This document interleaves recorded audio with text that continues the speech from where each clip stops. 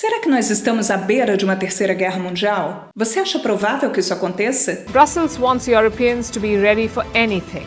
Quem acompanha o noticiário mais de perto sabe que há bastante tempo a gente está sendo bombardeado, e aqui eu uso essa palavra com consciência e com intencionalidade também, porque eu me refiro ao bombardeio de notícias que falam sobre tensão entre as grandes potências, os conflitos armados e riscos dos mais diversos. A gente que mora aqui na Europa, por exemplo, recebeu recentemente a recomendação da Comissão Europeia de que nós estejamos preparados para crises como desastres naturais, guerras, cyberataques. Un ataque cibernético. Dicen que ante un posible ataque nuclear que cerremos todas las puertas de nuestra casa. Foi dada uma orientação para que cada família tenha um kit sobrevivência com suprimentos para pelo menos 72 horas. Isso inclui água potável, alimentos, medicamentos, lanternas, pilhas, rádio, mais o que? Deixa eu lembrar. Roupas, dinheiro em espécie, documentos importantes. E óbvio que a gente tem que estar atento a tudo isso. Mas nesse vídeo eu quero especialmente te ajudar a entender o que essas notícias provocam dentro de cada um de nós. Então respira fundo comigo, porque esse não é mais um vídeo com manchete alarmante. Aqui a gente vai falar sobre o medo e como a gente pode se preparar para esse tipo de situação. Eu peço que, se você ainda não for inscrito no canal, inscreva-se agora, ative o sininho, porque aqui você vai aprimorar sua inteligência emocional e aprender a se relacionar melhor com você mesmo e com o mundo ao seu redor. Seja muito bem-vindo. Então vamos entender o que é o medo. O medo é uma emoção primitiva, instintiva e completamente humana. Ter medo é normal.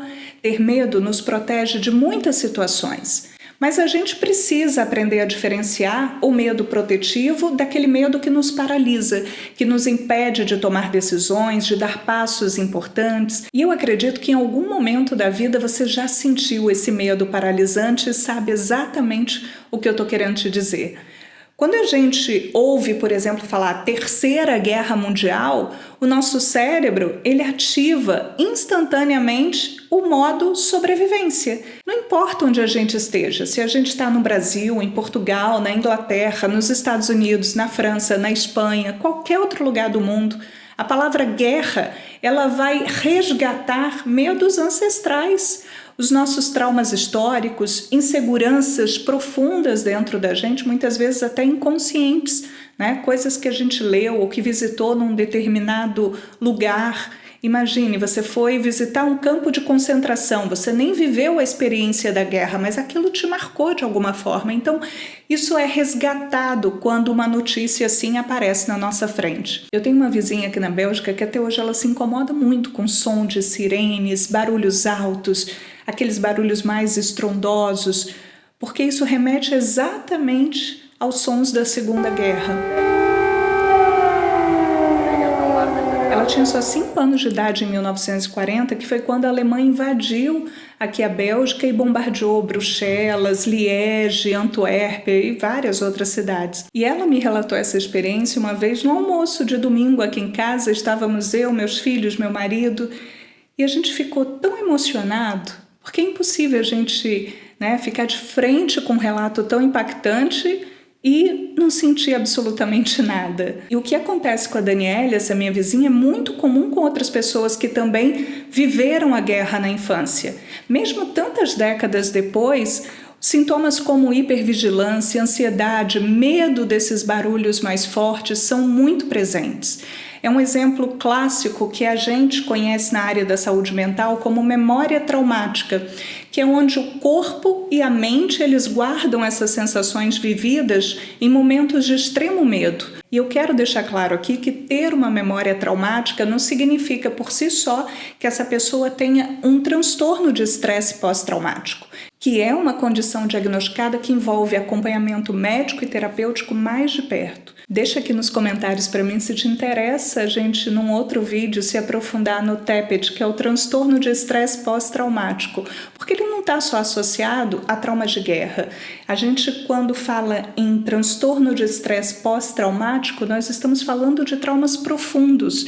E com certeza você ou alguém da sua família, alguém que você conheça, já precisou lidar, já precisou enfrentar algum trauma muito profundo. Então, se você quer que esse assunto venha aqui para o canal, deixe para mim nos comentários, me conte a sua experiência, que eu posso inclusive usar num próximo vídeo. Só voltando aqui o meu raciocínio, a gente pode ter essas memórias dolorosas e reações emocionais intensas sem ter desenvolvido qualquer tipo de transtorno. Entendido?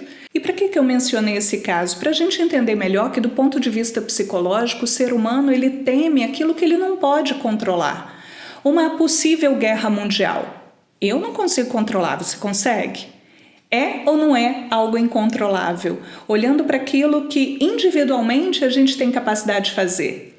Eu, pelo menos, não conheço nenhum super-homem, nem nenhuma Mulher Maravilha para salvar o mundo sozinho, né? Isso só no filme. Na vida real, quem? Por mais que a gente, às vezes, até tente em algumas situações ser Mulher Maravilha, ser super-homem, mas a gente não é. A gente não é. E a gente também precisa considerar estar vivendo um momento de hiperconexão. Tudo chega muito rápido. Notícias, vídeos, opiniões, é tudo a um clique, em segundos. Muitas vezes sem contexto, sem filtro e, infelizmente, com grandes doses de sensacionalismo também. Se a gente não para discernir de onde vem o que a gente está recebendo e consumindo, é um perigo.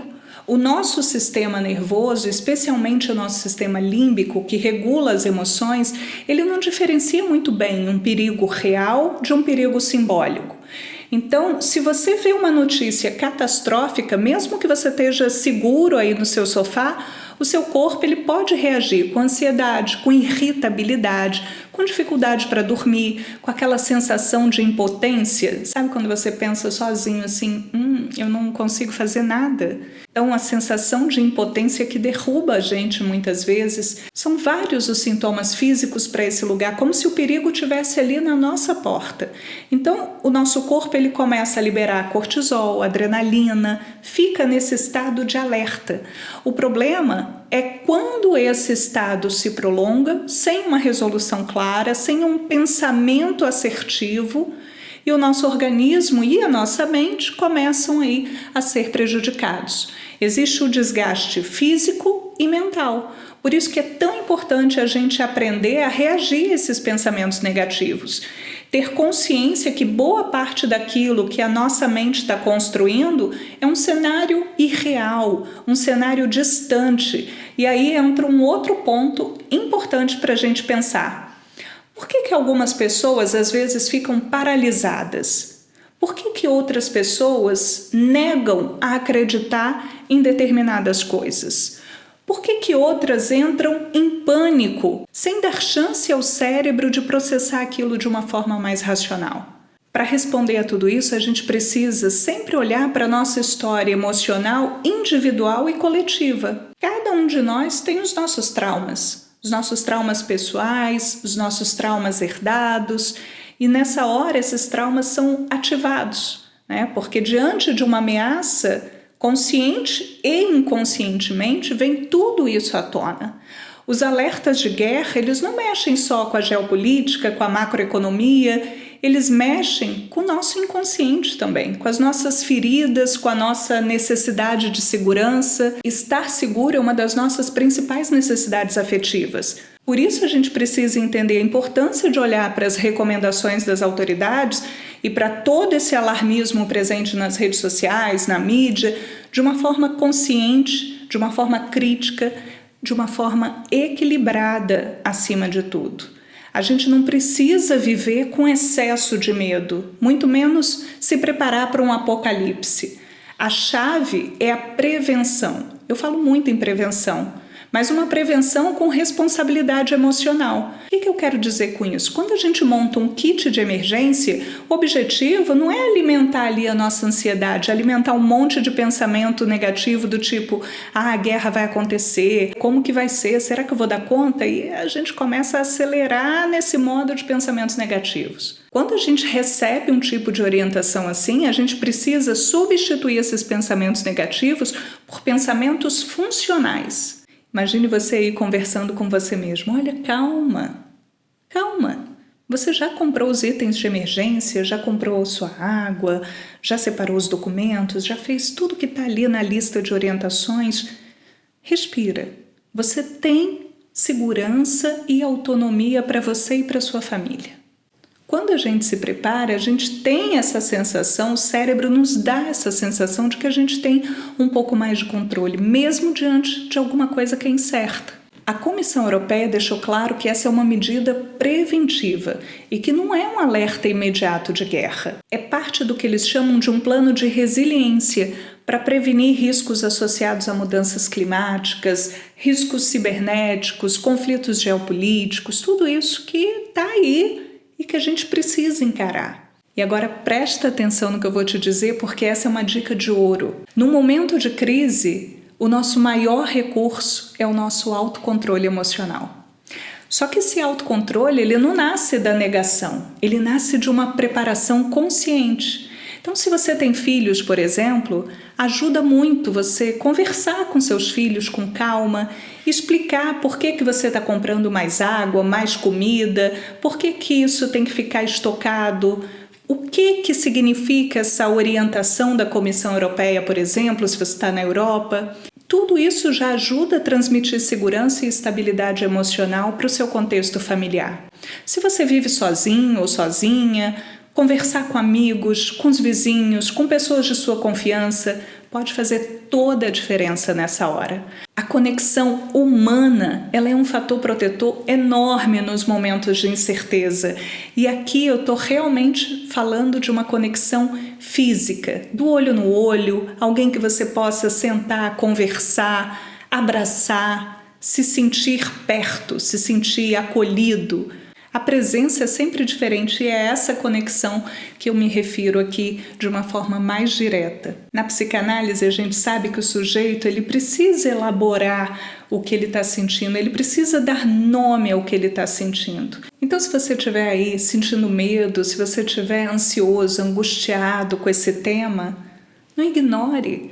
Fale sobre isso, busque escuta, busque apoio terapêutico, inclusive. E filtre o excesso de informação. Sempre que você for consultar um noticiário, busque fontes confiáveis.